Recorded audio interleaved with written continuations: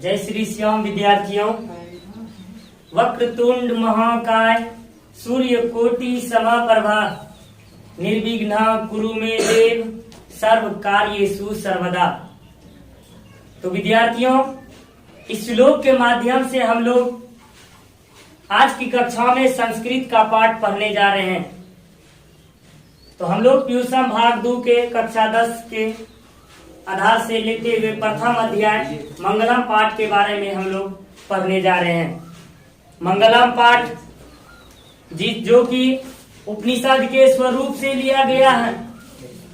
मंगलम पाठ में उपनिषद के वैदिक वांग्मय स्वरूप के अंतिम भाग में दर्शन शास्त्र के विषय के बारे में बताया गया है। दर्शन शास्त्र एक भगवान के विषय के बारे में एक प्रमुख विषय है, जिसमें भगवान से संबंधित बातों के बारे में पढ़ने का हमें ज्ञान प्राप्त करने का हमें एक आधार देता है। तो चलिए हम लोग चलते हैं मंगलम पाठ के आधार पर हम लोग पढ़ने का शुरुआत करते हैं। तो प्रस्तुत पाठ मंगलम पाठ जो प्रस्तुत पाठ उपनिषद से लिया गया है।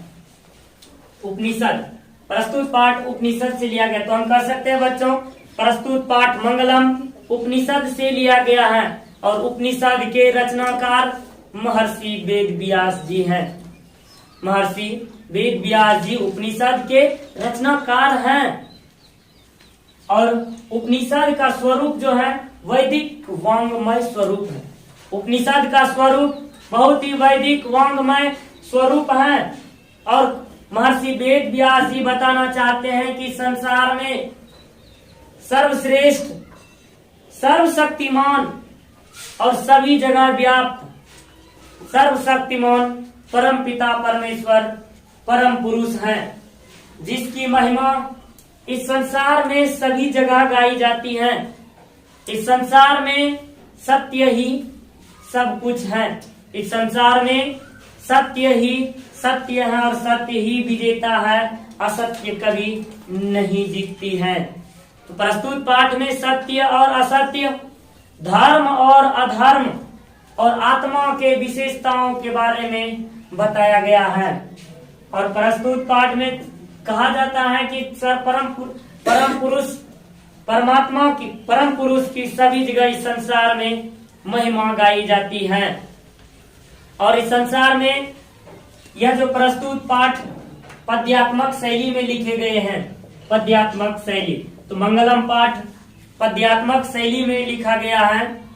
और मंगलम पाठ में कुल 5 मंत्र हैं। मंगलम पाठ में कुल 5 मंत्र लिया गया है।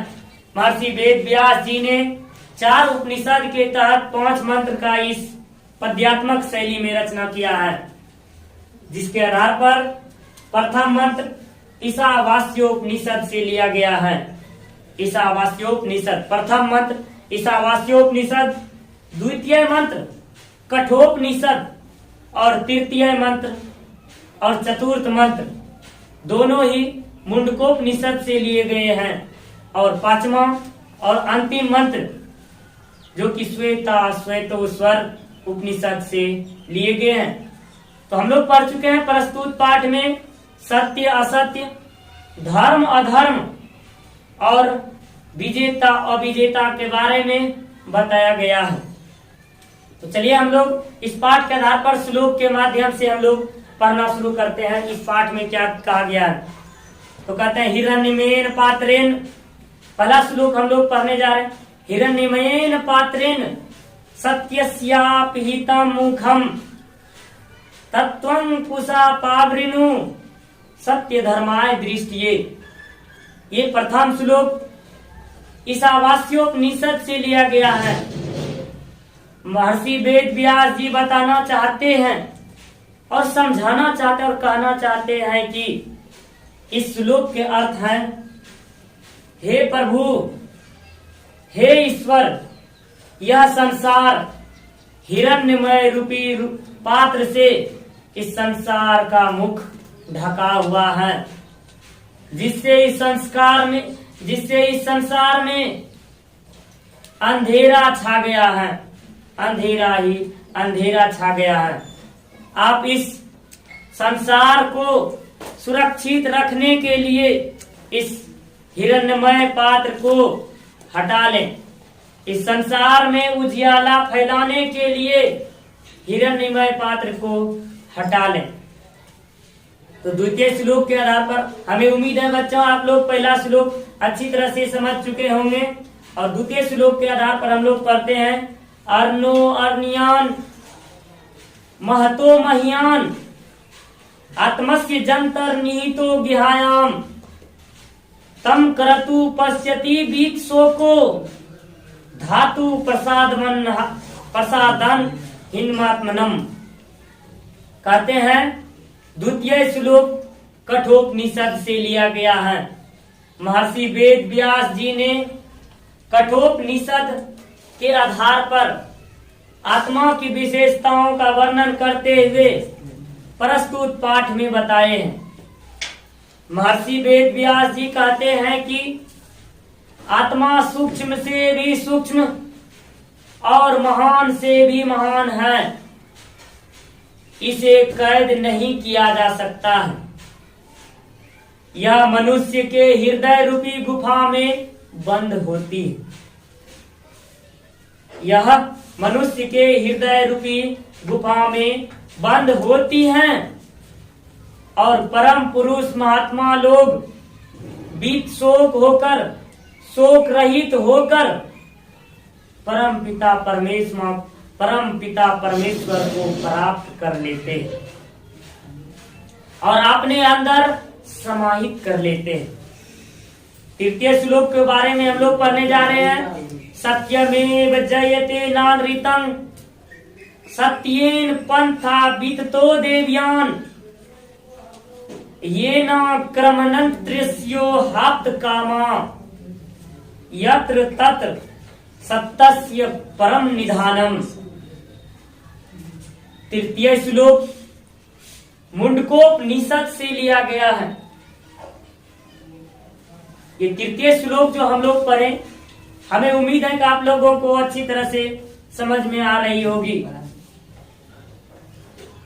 सत्यमेव जयते नानृतं सत्येन पंथा विततो देव्यान येन क्रमणन्त्रियो हाप्त कामा यत्र तत् सत्यम परानिधानम। इस श्लोक के प्रथम पंक्ति में कहा गया है सत्यमेव जयते नानृतं। महर्षि वेद व्यास जी मुंडकोपनिषद के आधार पर कहते हैं कि इस संसार में सत्य ही विजय है। इस संसार में एकमात्र सत्य ही विजेता है। सत्य ही सत्य केवल विजित है, असत्य की नहीं। अर्थात इस संसार में सत्य ही विजेता है, असत्य नहीं। हमेशा सत्य की ही जीत होती है, असत्य की जीत नहीं होती है। कहते हैं द्वितीय पंक्ति में कहते हैं सत्येन पंथा विततो देवयान।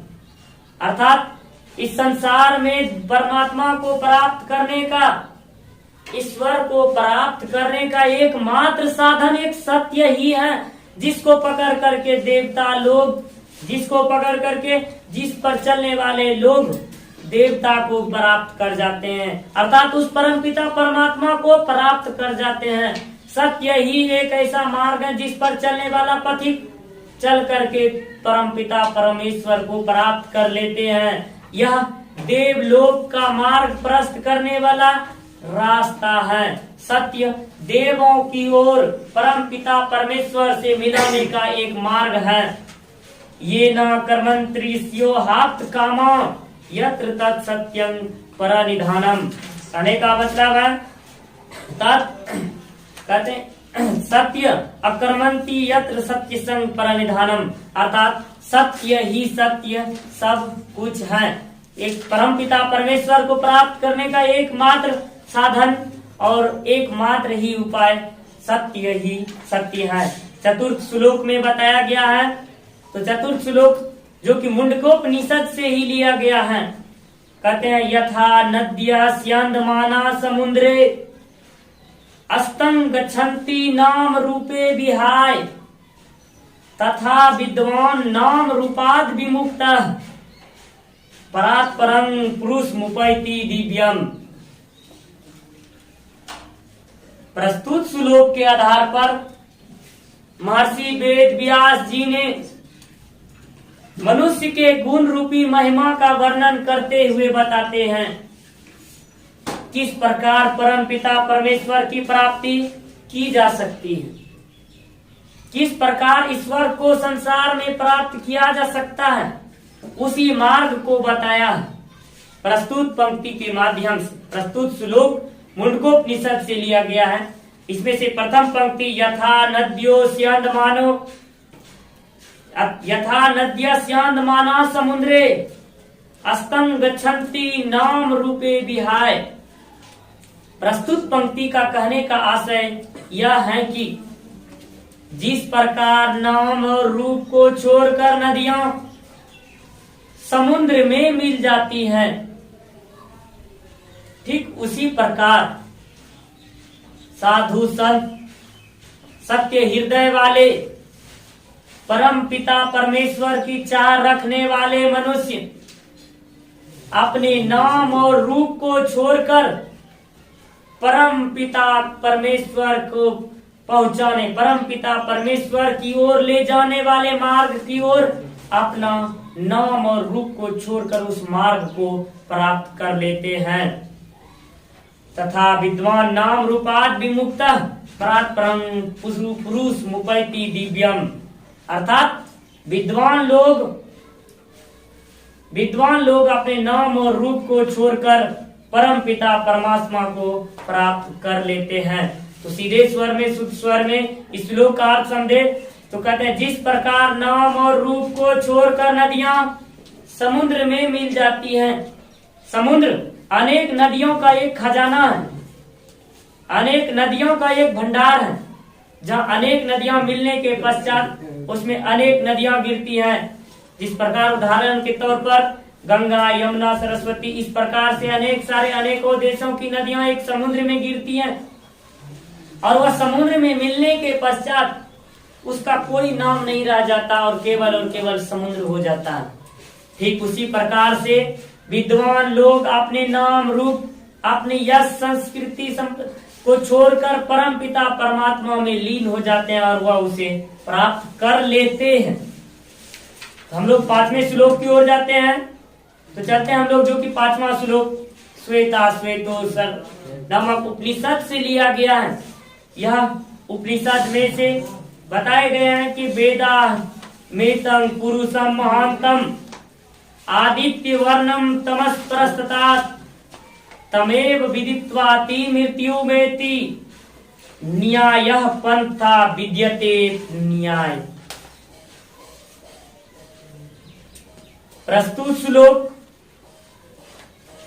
इस पाठ का अंतिम श्लोक है, जो कि श्वेतोस्वर उपनिषद से लिया गया है। महर्षि वेद व्यास जी ने इस श्लोक के माध्यम से बताना चाहते हैं कि जिस प्रकार महान पुरुष लोग आदित्य वर्ण उपनिषद उपस्थित होता है, आदित्य अर्थात सूर्य की उपासना, जिस प्रकार से वेद महान पुरुष जिस प्रकार सूर्य परम पिता परमेश्वर को प्राप्त कर अपने प्रकाश से संसार को उजियागर करता है, वह परहित के लिए प्रकाश फैलाता है, उसी के स्वरूप में इस संसार में विद्वान को माना गया है। जिस प्रकार सूर्य अपने धूपों से ठंडी छाया से निजात दिलाती है, अंधेरी रात से प्रकाश की ओर लाती है और रात से दिन के उजाले का अवगत कराती है, उसी प्रकार इस संसार में परम पिता परमेश्वर की प्राप्ति का मार्ग बतलाने वाला विद्वान ऋषि मुनि लोग ही हैं। हमें उनका अनुसरण में जाना चाहिए, उसका अनुसरण करना चाहिए। वही विद्वान लोग ही मृत्यु और जन्म और मृत्यु में अंतर समझाते हुए मृत्यु से पार जाने का और परम पिता परमेश्वर को प्राप्त करने का मार्ग बताते हैं। अन्य पंथा अन्याय न विद्यते, अर्थात इस संसार में परम पिता परमेश्वर को प्राप्त करने का इस संसार में कोई मार्ग नहीं है। मार्ग है तो वही विद्वान लोग जो इस संसार में परम पिता परमेश्वर की ओर ले जाने वाला वाहक होगा। इसलिए हमें विद्वान लोगों के शरण में उनके दिए गए उपदेशों का अनुसरण हमें करना चाहिए। तो बच्चों, हमें विश्वास है कि आप सब लोगों को यह पाठ अच्छी तरह से समझ में आ गई होगी। तो आज की कक्षा में हम लोगों ने इस श्लोक के अर्थ के बारे में हम लोग पढ़े। अब हम लोग इसके कुछ प्रश्न उत्तर के बारे में हम लोग पढ़ेंगे। प्रश्न उत्तर में से इस जो कि बोधात्मक प्रश्न के रूप में एग्जाम की दृष्टिकोण से पूछे जाते हैं। इस संसार में जो है अर्थात हमारे एग्जाम में अधिकतर प्रश्न संस्कृत में तो नहीं पूछे जाते, लेकिन बोधात्मक रूप से पूछे जाते हैं। हम आज उन्हीं के बारे में चर्चा करेंगे। तो इस आधार पर सबसे प्रथम क्वेश्चंस का बात करेंगे हम लोग। प्रथम प्रश्न की ओर चलते हैं हम लोग। तो कहते हैं मंगलम पाठ के आधार पर आत्मा की विशेषताओं का वर्णन करें। तो बच्चों, हमने प्रथम प्रश्न को सुना, फिर से एक बार सुनते हैं। मंगलम पाठ के आधार पर आत्मा की विशेषताओं का वर्णन करें। मनुष्य का आत्मा, तो इस प्रकार से हम लोग इस प्रश्न का जवाब देंगे। प्रस्तुत प्रश्न महर्षि वेद व्यास द्वारा रचित मंगलम पाठ से लिया गया है, जिसमें उपनिषद के आधार पर महर्षि वेद व्यास जी ने उपनिषद से आत्मा की विशेषताओं के बारे में वर्णन किया है। महर्षि वेद व्यास जी कहते हैं आत्मा सूक्ष्म से भी सूक्ष्म और महान से भी महान है। आत्मा सूक्ष्म से भी सूक्ष्म और महान से भी महान है। यह मनुष्य के हृदय रूपी गुफा में बंद होती है। यह मनुष्य के हृदय रूपी गुफा में बंद होती है। इसे कैद नहीं किया जा सकता है। आत्मा अजर है, अमर है, इसे कैद नहीं किया जा सकता है। तो हमें उम्मीद है कि आपको ये आंसर सटीक सा लगा होगा। तो हम लोग अब चलते हैं दूसरे प्रश्न की ओर, जो कि परीक्षा की दृष्टिकोण से अत्यधिक महत्वपूर्ण है। मंगलम पाठ के आधार पर, तो बच्चों हम लोग दूसरे प्रश्न की ओर बढ़ रहे हैं, जिसमें कहा गया है, प्रश्न कहना चाहता है कि मंगलम पाठ के आधार पर सत्य की महिमा का वर्णन करें, अर्थात सत्य की विशेषताओं का वर्णन करें। प्रस्तुत पाठ में यह बताया जाता है, महर्षि वेद व्यास जी ने बताए हैं। मुंडकोपनिषद के आधार पर प्रस्तुत प्रश्न, इस पाठ में प्रस्तुत प्रश्न महर्षि वेद व्यास द्वारा रचित मुंडकोपनिषद से लिया गया है। मुंडकोपनिषद तृतीय पद्य में तृतीय श्लोक से लिया गया है। इसमें बताते हैं महर्षि वेद व्यास जी ने सत्य की महिमा का वर्णन करते हुए इस संसार में लोगों को सत्य और असत्य से परिचित किया, उनकी महिमाओं से अवगत कराया।